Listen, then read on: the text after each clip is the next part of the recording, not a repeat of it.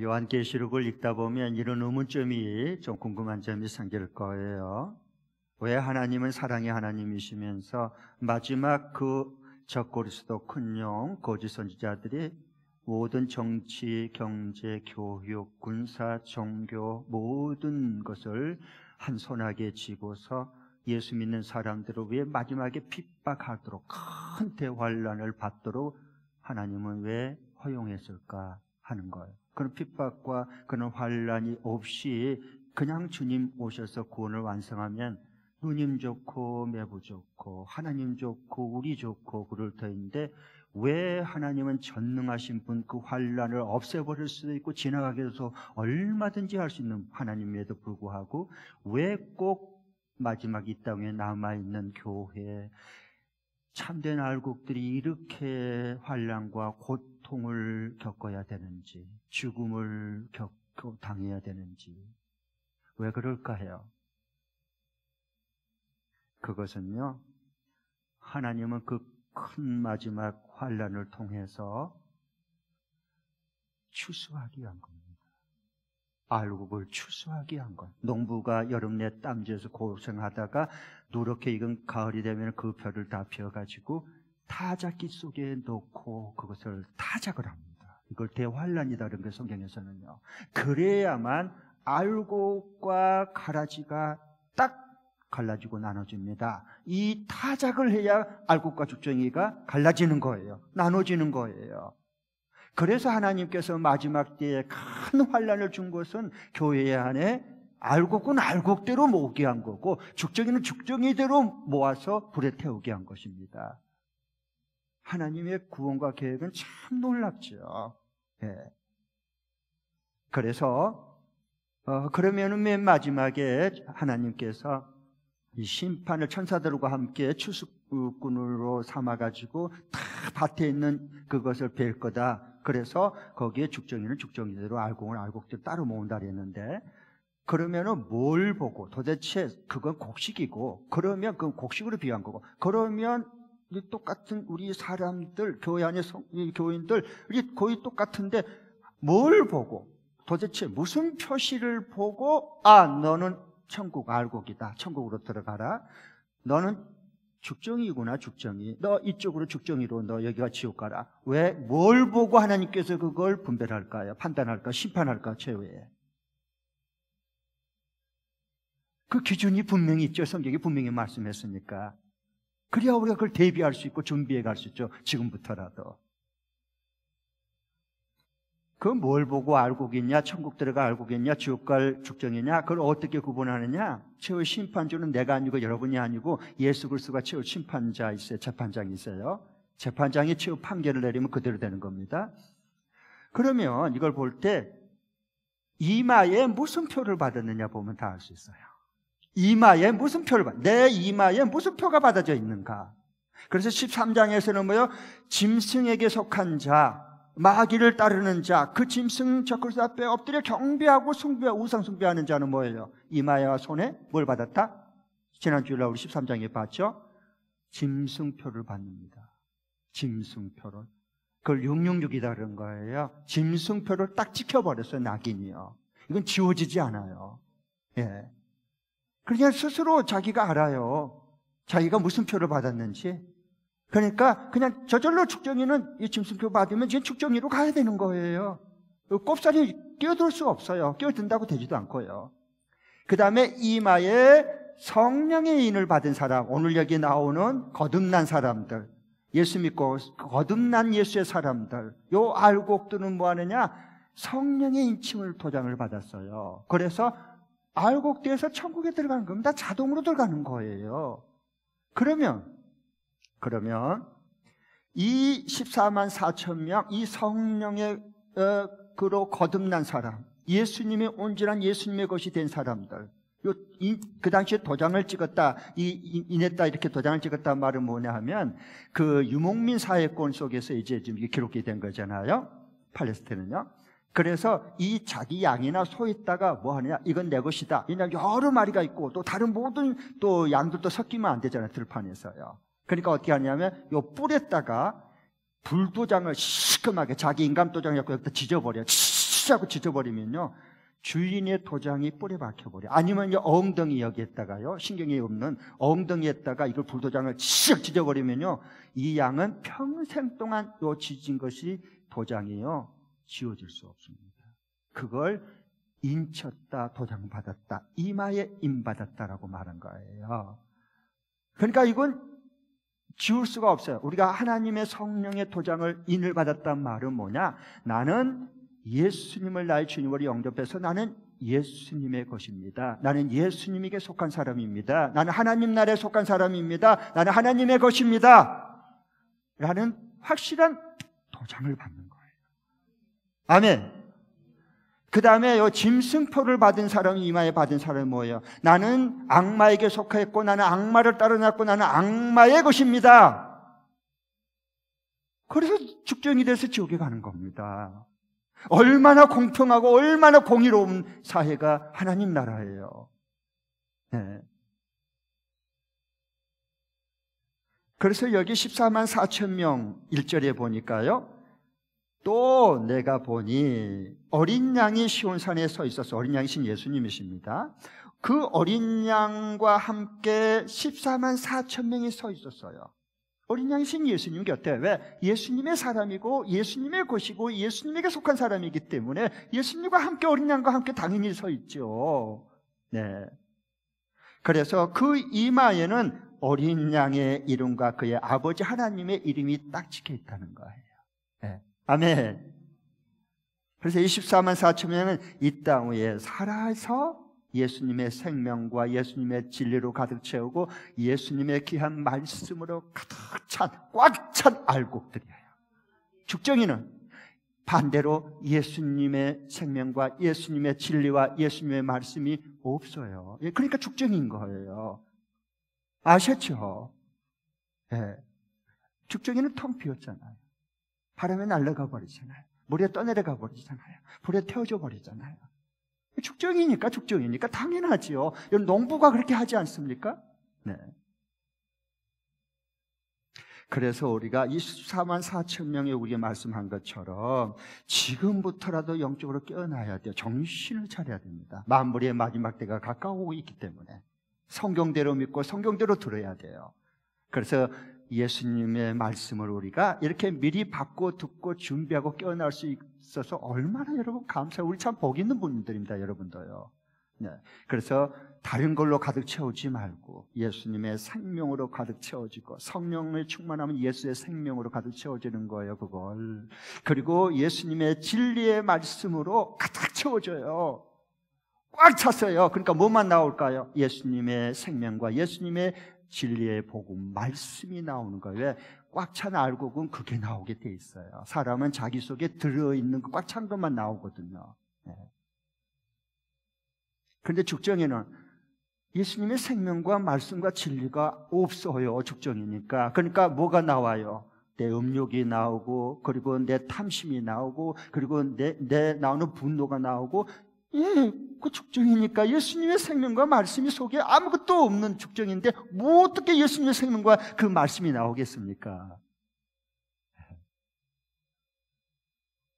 그래서 여러분 지금부터 꼭 깨어서 기도하고 주의 말씀을 생명으로 가득 채우는 시간을 자꾸 가지십시오. 자꾸 말씀 묵상하고 주의 음성 듣고 주의 성령의 인도함 받고, 그렇게 사는 게 이 땅 위에 이만 천국을 경험하고 맛보고 사는 사람들이거든요. 할렐루야.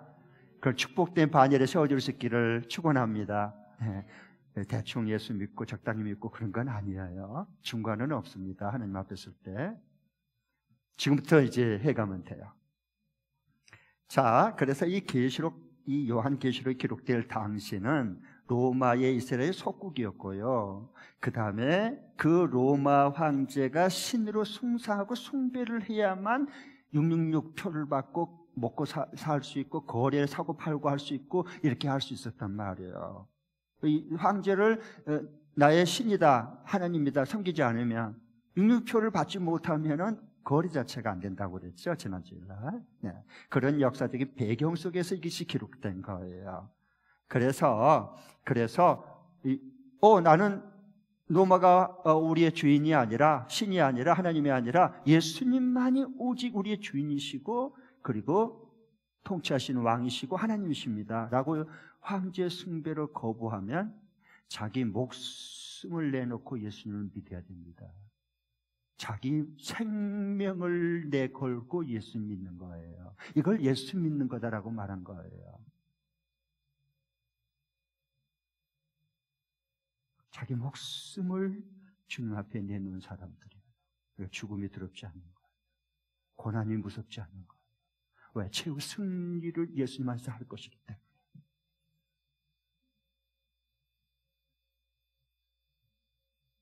그래서 나는 이제 예수님을 나의 주인, 나의 하나님, 나의 왕으로 모신 사람은 이제 나는 주님의 주님의 하나님 나라 소속인을 받았고 확증을 얻었기 때문에 이제는 나는 살아도 주님을 위해 주님의 것이요, 나는 이제 죽는다 해도 주님을 위하여 주님의 것이 되는 거예요. 그래, 사나 죽으나 나는 주의 것이로다. 사나 죽으나 날 위해 피 흘리시 내 주님의 것이라.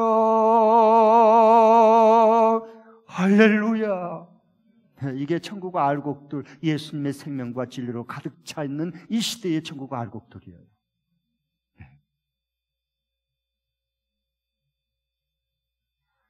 그러면 14만 4천 명이 이제 큰 환난을 통과한 거듭난 사람들인데, 구원받은 사람들인데, 이들은 그러면은 그 기쁨에 가득 차서 두 가지 일을 하는 거예요. 두 가지 일. 이게 우리에게 중요해요. 우리의 남은 생에.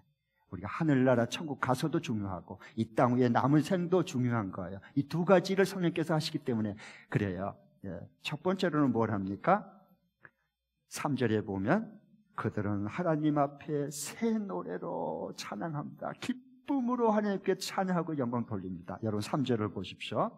3절 다 함께 읽겠습니다. 시작. 그들은 보좌와 내 생물과 그 장로들 앞에서 뭘 불러요? 새 노래를 부르고 있었습니다. 땅에서 구원받은 14만 4천 명 밖에는 아무도 그 노래를 배울 수 없습니다. 미스터 트롯도 이건 그들은 1등을 해도 이런 노래 못 배워요. 새 노래는요. 흘러간 노래는 부를 수 있지만 감미롭게 14만 4천 명 구속받은 자, 거듭난 자 외에는 이 노래를 배울 수도 없고 부를 수도 없다 그랬어요. 그러나 여기에 이 알곡들이 14만 4천 명은 뭐예요? 하나님의 임재와 영광 보좌 앞에서 보면서 가장 기쁘게 감사하면서 온몸을 다해 온 뜻을 다해서 그냥 주님 앞에 영광 돌리며 새 노래를 부르며 찬양하는 거예요. 네. 그러면 우리가 천국 가서 할 일이 뭐예요? 하나님 앞에 찬양하고 예배하는 건데, 어디 보세요. 이거 지금 예배드리고 찬양하는 게 이것을요, 조금 부담스럽고, 뭐, 이렇게 찬양하는 거 좀 싫고 그러면 천국 가면 안 돼요.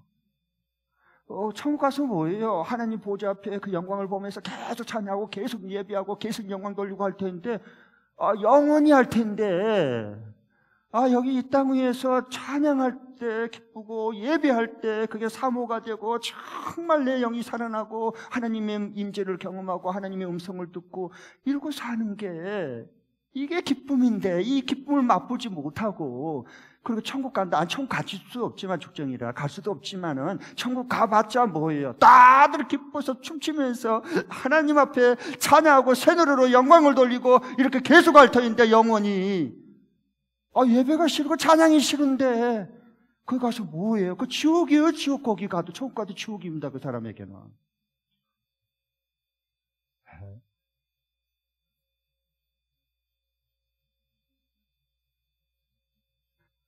그래서 이 말씀을 우리에게 해주시는 거예요. 천국 가서도 이 땅 위에서 남은 자 14만 4천의 거듭난 사람들, 이 알곡들만 찬양을 해도 같은 예배 시간에 기쁨으로 주의 영광 앞에 하나님 받으시는 찬양을 드리고요. 자기 영이 알아요. 오늘의 찬양, 이 예배, 이 헌금, 이 기도 하나님 들었다 안 들었다. 왜 어떻게 자기 영을 모르겠어요?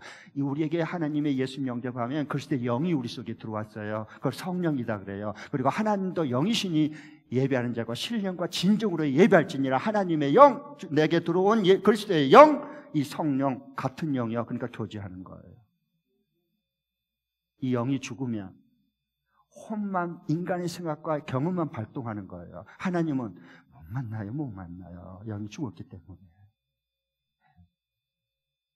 그래서 여기에 누가 하라 그러지 않아도 24만 4천 명은 뭐예요? 주님의 영광과 임재를 보면서 어쩔 줄은 모르는 거예요. 막 새 노래로 노래를 부르는데 2절에 보니까 그 노래 소리가 그냥 검고 하프 소리가 맑은 목소리 폭포수처럼 막 우렁차게 막 소리가 막 쫙 다 가득 찬 거예요. 근데 찬양을 안 할 수 있겠어요? 새 노래로 하나님 앞에 영광을 어떻게 안 부르고 안 돌릴 수 있겠어요? 예배가 지루하다, 조금 생각해 보세요. 정말 내가 거듭났는지, 정말 내가 알곡되어 가고 있는지. 그럼 이 새 노래, 이들이 부르는 새 노래는 도대체 무슨 노래일까? 맨날 그냥 매 주일마다 새로운 곡만 계속 바꿔서 부르는 게 새 노래일까? 아니죠. 여기서 새 노래는 뭐냐면 성경의 구약에 근거하고 있는데요. 이들이 부르서 기쁘게 찬양하는 그 새 노래는 성경의 구약에 미리 다 말씀해 주고 있어요. 신약은 구약에 근거하고 있거든요. 그래서 이것은 새 노래는 나를 구원시켜 주시고 이 환난 핍박을 통과하고 승리하게 해주는 구원과 승리의 노래가 뭐냐? 새 노래야, 새 노래. 새로운 노래야. 네. 이 거듭난 자만이 하나님 앞에 부를 수 있는 노래가 새 노래예요. 이 세상에 속한 사람은 그냥 노래를 따라 부를 수는 있어도 새 노래는 못 불러요. 예. 자, 그럼 보겠습니다. 진짜 그런가요? 이사야서 40장 3절하고 시편 40편 3절하고 시편 98편 1절 두 곳을 볼 터인데요. 새 노래, 누가 새 노래를 부르는가? 새 노래는 무언가 하는 것을 미리 말씀해 주죠. 먼저 3절 읽도록 하겠습니다. 다 같이 보시고요. 시작. 주님께서 나의 입에 새 노래를 우리 하나님께 드릴 찬송을 담아주셨기에 수많은 사람들이 나를 보고 두려운 마음으로 주님을 의지하네. 네.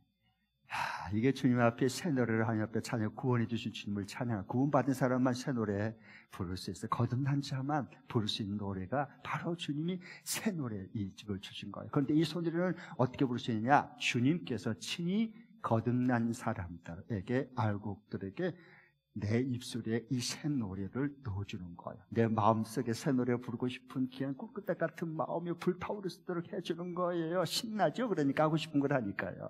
같이 한번 읽겠습니다. 시작.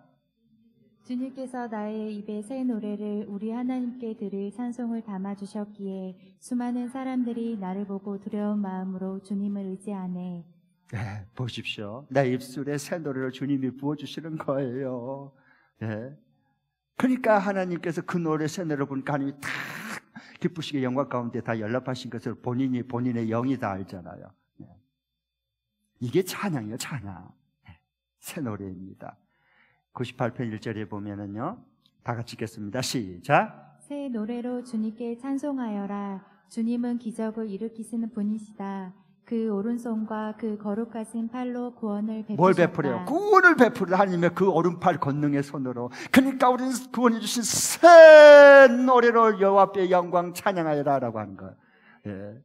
사람이 하고 싶은 걸 하면요, 지치지도 않아요. 실직 나지도 않아요. 시간 간 줄도 몰라요. 막 그냥 너무 신나는 거예요. 기쁜 거예요. 네.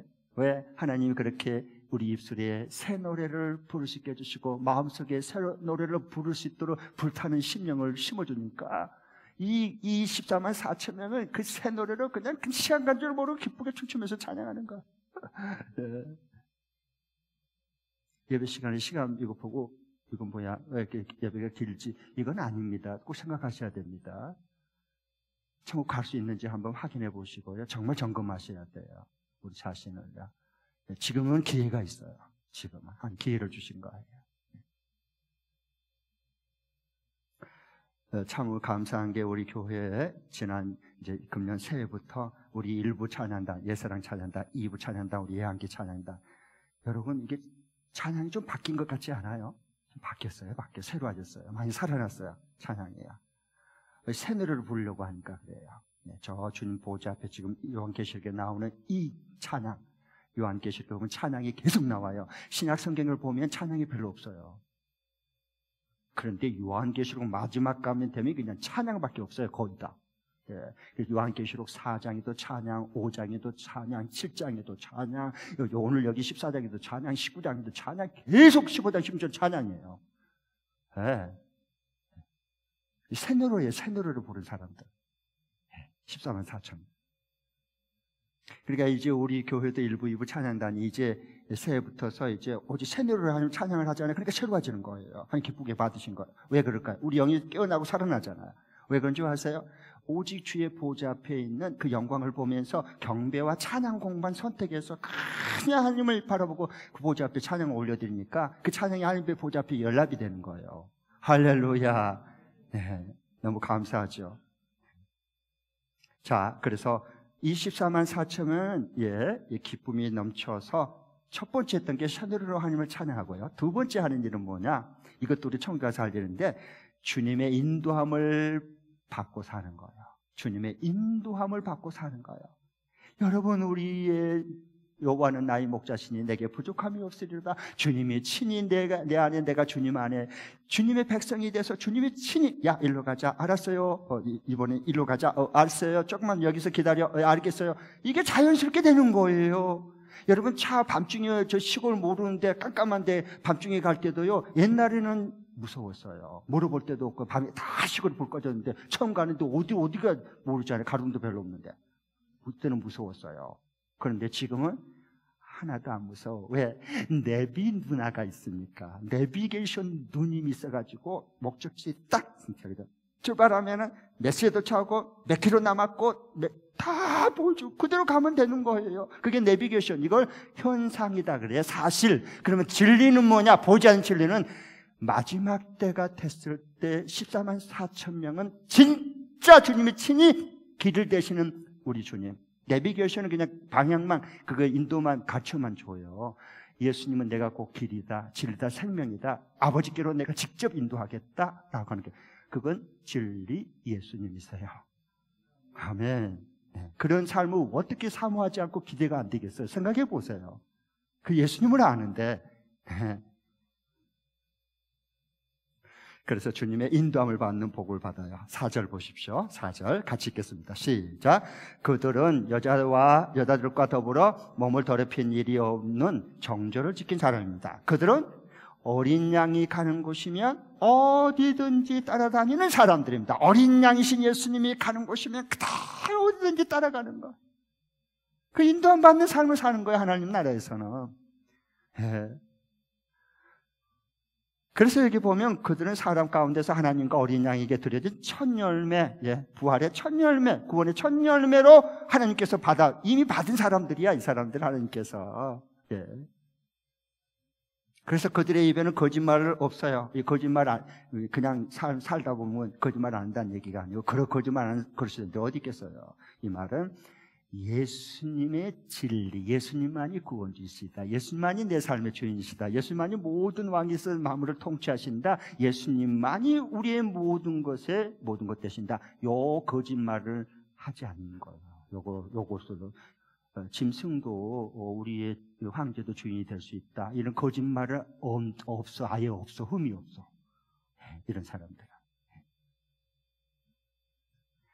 그래서 여기 보면 어린 양이 어디로 가든지 가자. 그럼 알겠습니다. 일단 지금부터 연습을 하는 거예요. 주님의 인도함 받을 수 있도록. 하나님이 14만 4천의 알곡들은 정결한 신부처럼 그리스도의 신부로서 같이 사는 거예요. 그래서 여기 보면 이 여자들 큰 음녀, 이제 17장의 큰 음녀 바벨론을 말하죠. 짐승 우상 앞에 혼합주의 신앙한 사람들, 혼합주의로 섞여서 사는 사람들, 양다리 걸치고 신앙생활하는 사람들, 이게 이제 음료를 따라가는 증거거든요. 그리고 짐승뼈 받지 않고 우상을 숭배를 거부하는 이런 걸 끝까지 예수님 사랑하는 그 마음 때문에 주님을 이렇게 끝까지 따라가는 그 믿음을 지킨 자들이에요. 이들은요, 주님의 말씀해 주세요. 꼭 주님이 그때그때마다 다 말씀해 주세요. 주님의 내 양은 내 음성을 듣는다. 목자의 음성을 듣고 나를 따라온다 그랬어요. 예수님이 그렇게 말씀하셨잖아요. 그래서 여기 보면 언제나 우리가 여러분 뭘 할 때든지 뭘 결정하든지 간에 주님께 먼저 묻고, 그리고 잘 물었으면 귀를 기울여 듣고 주님 뭐라고 말씀하시는지 들리거든요. 들은 다음에는 뭐야? 순종을 해야 돼. 순종이 하기 위해서 물으세요. 하나님이 틀림없이 말씀해 주십니다. 다 알아듣게 말씀해 주십니다. 지금부터 이걸 경건히 연습을 해야 돼. 주님의 음성 듣고 인도함 받는 연습을 자꾸 해야 돼요. 그 다음부터 어느 순간에 이게 너무나 자연스러운 거예요. 주의 음성을 듣고, 그리고 또 주님의 인도함을 받고 순종하고 살고, 그리고 하나님의 일하심과 역사함을 눈으로 목격하고, 그리고 하나님을 알아가고 주님께 영광을 돌리고, 역시 하나님은 우리 하나님이셔. 네. 이게 되는 거죠. 이게 신나는 예수님 믿는 진짜 생명나는 살아있는 신앙인이죠. 알곡들이죠. 네. 그래서 여기 보니까 여기 하나님께 받아준 구원의 첫 열매들이다. 하나님께서 첫 열매로 이들을 다 받아준 사람들이다. 14만 4천 명 이렇게 말하죠. 네.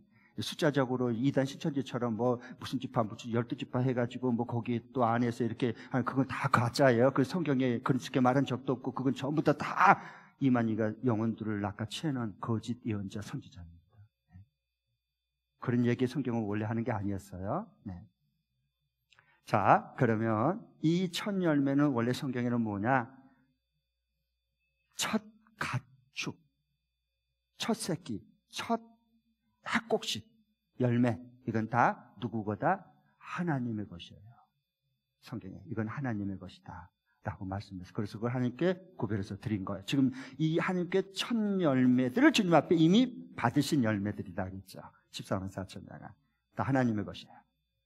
그리고 여자들과 더불어서 이게 몸을 더럽히지 않는, 행음하지 않는, 세속 혼합주의 신앙에 빠지지 않는 요 믿음을 정절로 끝까지 지킨 사람들이다 그랬거든요. 어느 분이 저한테 와서 몇 년 전에 질문했어요. 목사님 궁금한 게 있어요. 왜 그래요? 목사님, 저기 불교의 스님들은 결혼 안 하지 않아요? 독신이잖아요. 그리고 수행을 하고. 그리고 가톨릭의 신부들도 결혼 안 하잖아요. 너무 멋있어요. 정말 정결하고 거룩한 것 같아요. 그런데 왜 교회 목사님들 왜 다 결혼해요? 가정을 가져요? 너무 세속적이지 않나요? 그런 질문을 했어요. 여러분 어떻게 생각하세요? 스님과 신부는 결혼을 안 하기 독신이기 때문에 하나님을 하니까 더 거룩하고, 목사님들은 결혼해가지고 자녀 낳고 가정을 가졌으니까 더 타락하고 또 세속에 물든 거나요? 아니죠. 뭘 분별할 때, 뭘 얘기할 때든지 항상 최종적인 권위와 그 판단 기준은 어디에 둔다? 내 생각을 또 말고 네 생각을 또 말고 성경에 둔다. 성경은 이에 대해서 뭐라고 말씀하나요? 성경에서는 하나님께서는, 자 이렇게 말해요. 제가 하나님 말씀으로 그대로 분별해 드릴게요. 너무 많이 우리가 왜곡돼서 그래요. 변질돼 버렸어요. 자, 하나님께서 개인의 독신의 은사를 받았을 경우에, 가령 사도 바울처럼 그 독신의 은사를 받았어요. 한날 복음을 위해서. 그럴 때는 개인적으로 독신의 은사를 하나님께서 주셨을 때는 결혼하면 안 돼요. 그 사람 결혼하면 얼마 못 있다가 깨집니다. 왜? 독신의 은사를 받았기 때문에. 그 사람은 결혼하면 안 돼요. 개인적으로는 독신의 은사를 받을 때는 결혼하지 않는 게 좋아요. 그런데 저 불교처럼 스님처럼 천주교 신부들처럼 집단적으로 결혼을 거부한 것은 그건 하나님 말씀을 거역하는 행위들이에요. 집단적으로 성경에 어디에도 집단적으로 결혼하지 말고 독신으로 생활해라, 그런 성경 구절이 어디가 있어요? 오히려 이렇게 말해요. 하나님이 창세기 1장 27절 28절에 보면 하나님의 창조 목적을 분명히 말씀해 줘요. 한 남자와 여자를 지으시고 그 다음에 어떻겠어요? 생육하고 번성하고 땅에 충만해라, 정복하고 다스려라 라고 말씀했어요. 그게 하나님이 원래 창조한 목적이에요. 단 A는 개인적으로 은사, 이 독신의 은사를 하는 나라 복음에 집중하기 위해서 그 은사를 받은 사람만 제외하고 나머지는 결혼하는 거예요. 그게 하나님의 원래 창조 목적이에요. 성경으로 돌아오면 다 하나님의 뜻이 분별이 되는 거예요. 그러나 성경이 너무 좋아요. 제가 이 성경을 몰랐으면 그러나 보지. 그리고 또 거기도 휩쓸렸을 거예요. 모든 결정과 모든 분별과 모든 통찰의 판단의 기준은 뭐다? 니도 아니고 나도 아니고 오케이. 하느님의 영원한 진리인 성경대로 성경 말씀이다. 이걸 꼭 염두에 두십시오. 그래야 이 시대를 살아가는 알곡이 말씀대로 건강하게 신앙생활로 그리고 교회가 세워지는 건강한 알곡 같은 교회가 되고 알곡 같은 성도가 되는 거예요. 할렐루야. 네. 그리고 불쌍히 여기시기 바랍니다. 이게 그래서 막 불쌍 앞에 절하면 불쌍해집니다. 여러분 생각하셔야 돼요. 남의 종교를 비난하는 게 아니라 정말요 성경으로 보면 그렇게 보이는 거예요.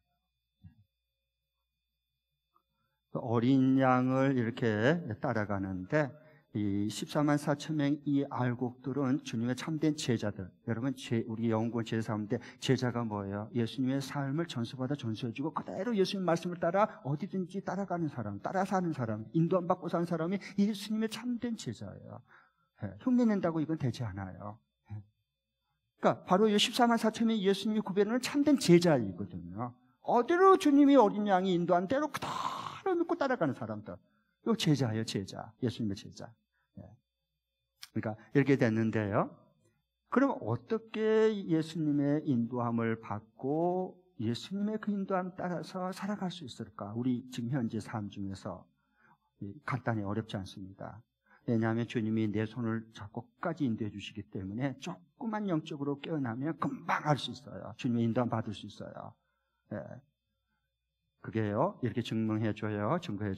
한번 PPT 보겠습니다. 요한복음 10장 27절, 29절. 이어서 사도행전 7장 55절부터 60절 보겠습니다. 먼저 요한복음 10장 27절부터 29절 읽습니다. 여러분 여기 모니터 보시고요. 같이 읽겠습니다. 시작! 내 양들은 내 목소리를 알아듣는다. 나는 내 양들을 알고 내 양들은 나를 따른다. 나는 그들에게 영생을 준다. 그들은 영원토록 멸망하지 아니할 것이요 또 아무도 그들을 내 손에서 빼앗아가지 못할 것이다. 네. 그들을 나에게 주신 내 아버지는 만유보다도 더 크시다. 아무도 아버지의 손에서 그들을 빼앗아갈 수 있다 없다? 없다라고 말. 아버지 손에서 아무도 빼앗아갈 수 없는 거예요. 우리가 아버지 크신 손으로 붙들고 우리를 이끄시는데. 네. 그래서 인도함, 손을 잡고 나를 이끄시는 대로 그냥 인도함 받고 살면 되는 거예요. 주님과 함께. 더도 아니고 덜도 아니에요. 이렇게 쉽고 이렇게 선명하고 이렇게 삶이 단순하고 이렇게 짐이 가벼운데. 그 다음에 사도행전 7장 55절부터 보겠습니다. 먼저 시작. 그런데 스데반이 성령이 충만하여 하늘을 쳐다보니 하나님의 영광이 보이고 예수님께서 하나님의 오른쪽에 서 계신 것이 보였다. 네. 그래서 그는 보십시오. 하늘이 열려 있고 하나님의 오른쪽에 인자가 서 계신 것이 보입니다 하고 말하였다. 네. 그 다음에 59절 60절. 사람들이 스데반을 돌로 칠 때에 스데반은 주 예수님 내 영혼을 받아 주십시오 하고 부르짖었다. 네. 그리고 무릎을 꿇고서 큰 소리로 주님 이 죄를 저 사람들에게 돌리지 마십시오 하고 외쳤다. 아멘. 여러분 예수님 가장 많이 닮은 진짜 제자가 누군 줄 아세요? 스데반 집사예요. 그는 복음을 전해다가 순교, 도리에 맞아서 순교의 끝자락까지 주님의 인도함 받고 주님 손잡고 갔어요. 그리고 마지막에 그 영광을 보면서 하나님의 주님 앞에 서 계신 것을 보면서 주님이 하나님의 오른편에 계신 거예요. 그를 보고 맞이하기 위해서요. 예, 그 스데반 집사였어요. 예, 그게 눈으로 보이는 거예요. 하늘 보좌 앞에 계신 예수님께서. 얼마나 신나겠어요. 죽음이 왜 들었겠어요. 그러는데 나를 지금 부르시고 지금 환영하고 이런 모습이 보이는데, 예. 그러니까 마지막에 그의 기도하는 것 보세요. 자기를 돌로 치는 자들 저들을 다 멸하시옵소서. 원수 같은 놈들, 이렇게 기도하지 않았어요. 왜? 예수님의 생명과 예수님의 진리와 스데반 마음속에는 예수님의 귀한 말씀으로 가득 채워진 알고이기 때문에 그가 입을 벌리면 예수님의 기도가 나오고 예수님의 말씀했던 걸 그대로 나오는 거예요. 이게 예수님 생명과 말씀으로 가득 채워졌기 때문에 그래요. 아멘. 우리 교회에서 이런 분들이 요소에서 나올 수 있기를 축복합니다. 천국 알고 계십니까? 그다음 적용할 것 말씀드리겠습니다. 적용. 이번 주간에 어떻게 이 말씀을 일상생활에 실천 적용하고 순종하고 살아갈 수 있을까? 자, 한번 같이 읽겠습니다. 두 번 읽습니다. 시작. 새 것이 아닌 늘 새로움을 추구한다. 다시 한 번 더. 새 것이 아닌 늘 새로움을 추구한다. 네, 새 것을 추구하지 마시고 새로움을 추구하세요. 이 시대 모든 사람들 봐보세요. 전부 다 새 것만 추구해. 새 옷, 새 가방, 새 차, 그 다음에 새 집, 전부 다 새 집차. 그러니까 조금 지나면 다 그것이 새 것이었는데 얼마 지나면 세월 지나면 헌 옷, 헌 가방, 그 다음에 헌 집, 그 다음에 헌 일터가 되는 거예요. 소용없어요. 바꾼다고 하는데 안 바꿔지고 새로워지지 않아요. 그런다고. 다시 성경 진리로 돌아오는 거예요. 그래서 새 것이 아니라 내 자신이 새로움을 추구해야 돼요. 지금부터는. 그래야 알곡이 되는 거예요. 예수의 생명과 진리로 가득 채워지는 사람이 되는 거예요. 네. 알짜배기 신앙이 되는 거예요. 자, 한번 우리 PPT 한번 마지막 PPT 볼 터인데 전도서 1장 8절부터 10절하고 마태복음 9장 17절 보겠습니다. 먼저 전도서 말씀 읽겠습니다. 시작. 만물이 다 지쳐 있음을 사람이 말로 다 나타낼 수 없다. 눈을 보아도 만족하지 않으면 귀는 들어도 차지 않는다. 이미 있던 것이 훗날에 다시 있을 것이며 이미 일어났던 일이 훗날에 다시 일어날 것이다. 이 세상에 새 것이란 없다. 보아라, 이것이 바로 새 것이다 하고 말할 수 있는 것이 있는가? 그것은 이미 오래전부터 있었던 것, 우리보다 앞서 있던 것이다. 그거 보세요. 하나님 말씀하시잖아요. 이 땅에 새 것이 없다 그랬어요. 그런데 왜 새 것 하시나요? 하나님이 새 것이 없다 해야 해. 그러면 그냥 없는 줄 믿고 사는 거예요. 그러면 새로움을 추구해야지 새 것만 추구하지 말고 찾지 말고. 그러니까 인생을 방황하잖아요. 끝없이. 만족이 안 돼 그러면. 늘 허해. 마음까지 안 채워져가지고 어디서 채워줄 사람이 있나? 그 사람 좀 같이 지내봐요. 쪽에서 허물이 다 보이고 오히려 당해 된통. 의미가 없어요. 그래서 이 말씀을 우리에게 해주세요. 마태복음 9장 17절 예수님이 이렇게 말씀했어요. 시작. 같이 띄워주세요. 시작.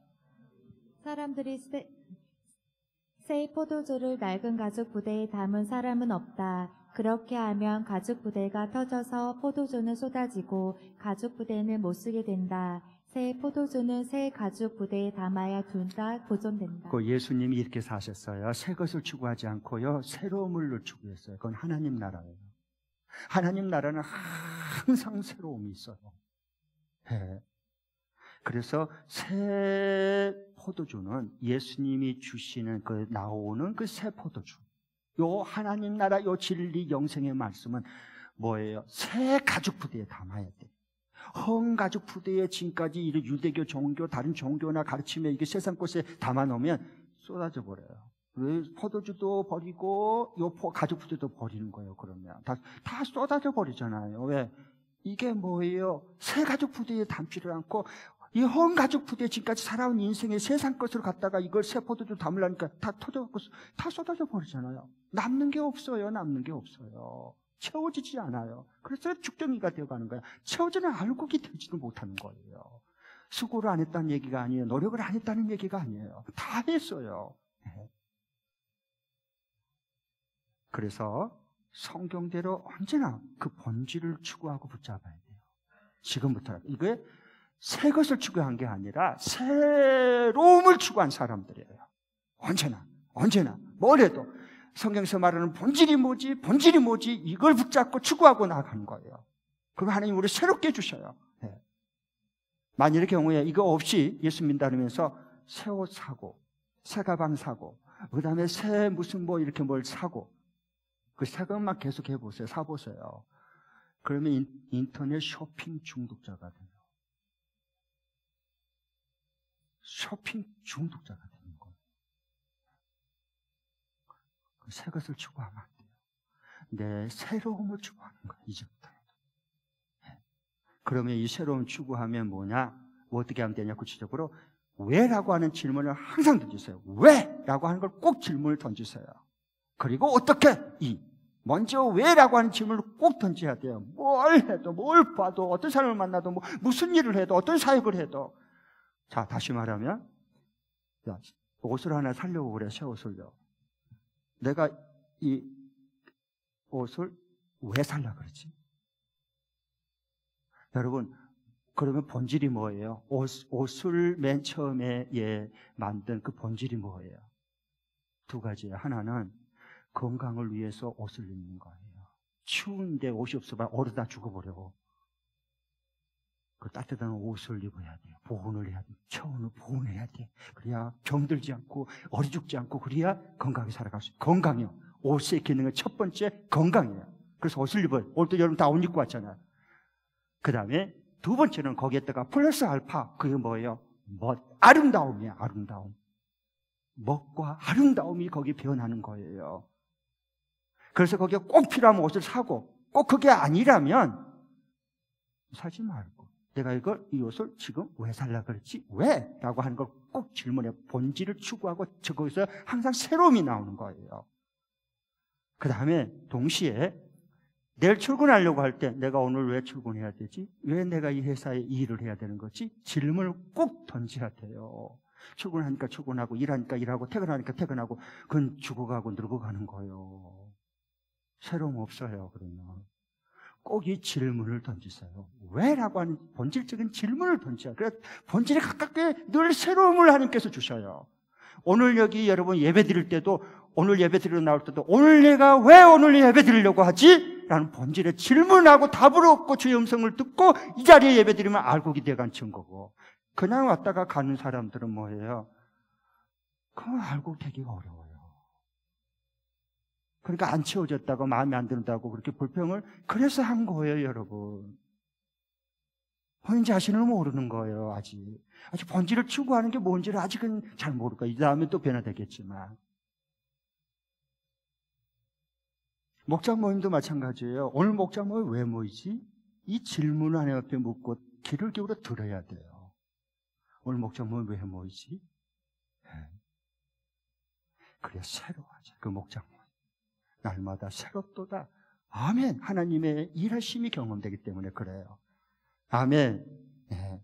자, 그러면 이제부터 자꾸 어떤 부분이 힘들면 자꾸 일을 바꾸려고 하지 마세요. 바꿔도 그 일은 또 똑같아요.